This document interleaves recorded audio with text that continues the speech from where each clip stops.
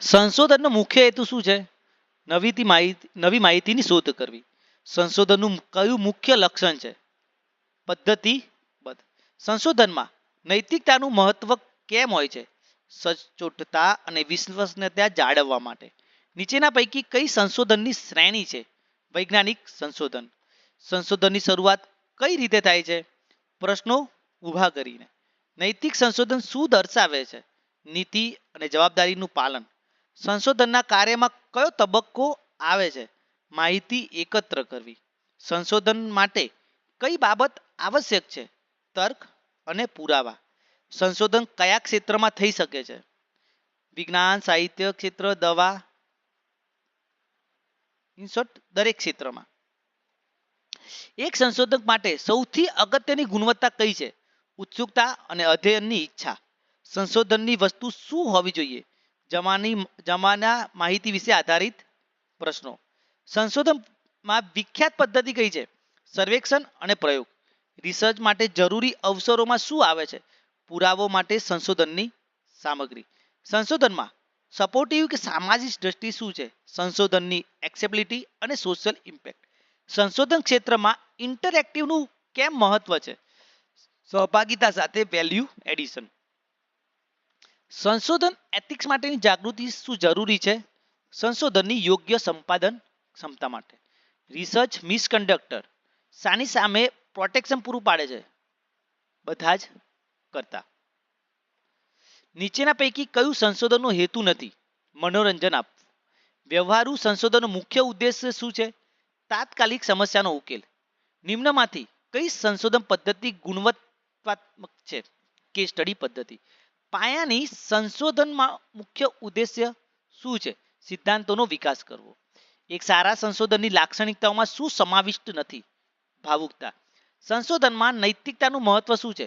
પ્રમાણિકતા અને જવાબદારી જાળવવી. સંશોધનનું પ્રથમ પગથિયું શું છે? સમસ્યાની ઓળખ. હાઇપોથિસિસ એટલે શું? અનુમાનિત જવાબ. કઈ પદ્ધતિ ગુણાત્મક ડેટા માટે ઉપયોગી છે? ઇન્ટરવ્યુ પદ્ધતિ. સંશોધનમાં ડેટા એ શું છે? માહિતીનો સંગ્રહ. કઈ સંશોધન પદ્ધતિ ક્ષેપાત્મક છે? ક્વોન્ટિટેટિવ. સંશોધનમાં ઉપયોગી એક સોફ્ટવેર કયું છે? SPSS. સંશોધન પદ્ધતિઓમાં સર્વે પદ્ધતિનો મુખ્ય હેતુ શું છે? જુદી જુદી દ્રષ્ટિએ માહિતી એકત્રિત કરવી. કઈ પદ્ધતિ સંશોધનમાં નમૂનાકરણ માટે ઉપયોગમાં થાય છે? Random sampling. સંશોધનમાં નમૂનાની જરૂર શાના માટે પડે છે? સમય બચાવવા માટે. એથિકલ ક્લિયરન્સનો અર્થ શું થાય છે? નૈતિક મંજૂરી. ગુપ્તતા સંશોધનમાં કેમ મહત્વપૂર્ણ છે? માહિતીનો દુરુપયોગ ટાળવા માટે. હિપોથિસિસનું પરીક્ષણ કઈ પદ્ધતિ દ્વારા થાય છે? પ્રયોગાત્મક પદ્ધતિ. સંશોધનના નિષ્કર્ષો કોણે ઉપયોગી છે? વિવિધ હિતધારકોને. સંશોધનમાં રિવ્યુ ઓફ લિટરેચરનો હેતુ શું છે? પૂર્વ સંશોધનોની સમીક્ષા કરવી. શા માટે સંશોધનમાં નિષ્પક્ષતા જરૂરી છે? સાચા પરિણામ માટે. એક સંશોધનમાં ફેરફારશીલ તત્વો શું દર્શાવે છે? બદલાતા પરિબળો. નીચેનામાંથી કયું ચરણ સંશોધન પ્રક્રિયામાં સૌથી છેલ્લું હોય છે? પ્રસ્તુતિ તથા અહેવાલ લેખન.